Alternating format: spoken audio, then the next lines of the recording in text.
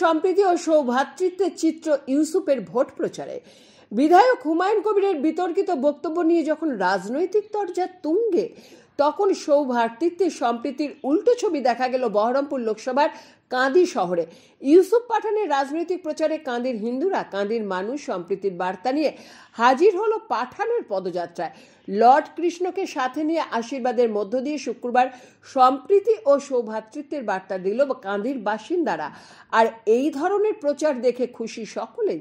শুক্রবার পূর্ব ঘোষিত সময়ের নির্দিষ্ট রুট মেনে সকাল থেকেই কাঁদি বিধানসভা এলাকার কাঁদির বিধায়ক অপূর্ব সরকার, কাঁদির পুরপ্রধান জয়দেব ঘটক প্রমুখদের উপস্থিতিতে শুরু হয় ইউসুফ পাঠানের ভোট প্রচার। হুটখোলা জিপে চড়ে পদযাত্রা হয় কাঁদি শহরের বিভিন্ন ওয়ার্ড এলাকায়। তারই মাঝে দেখা যায় শহরের বিজয়নগর মহল্লার উল্টো চিত্র।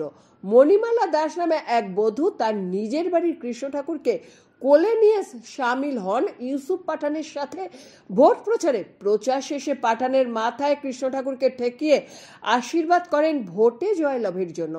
মহিলার এহেন কাণ্ড দেখে স্বাভাবিকভাবেই সৌভ্রাতৃত্বের কথা উঠে আসে পুরো বাসিন্দাদের কথায়। লর্ড কৃষ্ণর পায়ে মাথা থেকে আশীর্বাদ পেয়ে নিজেকে ধন্য মনে করেন প্রার্থী ইউসুফ পাঠান। বলেন, এটাই আমাদের ভারতবর্ষ, আমরা এইভাবেই সাম্প্রদায়িক সম্প্রীতি সৌভ্রাতৃত্ব রক্ষা করি। কোনো কোনো সময় ভুল ভ্রান্তি হয়, সেটা মনে রাখতে নেই। ভালো সব সময় ভালো। কাঁদির মানুষের আশীর্বাদ পেয়ে আমি গর্বিত। मुझे बहुत अच्छा लग रहा है, यहाँ पर हर लोग मुझे आशीर्वाद दे रहा है और दुआएं दे रहा है। ये यहाँ पे वो चेंज भी चाहते हैं, तो ये देख के मुझे बहुत अच्छा लग रहा है कि मुझे आशीर्वाद भी मिल रहा है, दुआएं भी मिल रही है, प्यार भी मिल रहा है।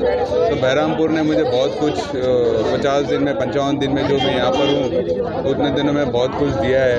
और आगे 4 तारीख के बाद जीतने के बाद मेरी बारी है कि उनको मैं जो प्यार मोहब्बत और आशीर्वाद जो दुआएं उन्होंने मुझे दी है तो उनको लौटाऊं। এদিন কাঁদি শহরের বাস স্ট্যান্ড থেকে প্রচার শুরু হতেই যেন সাত জবাব শুরু হয়।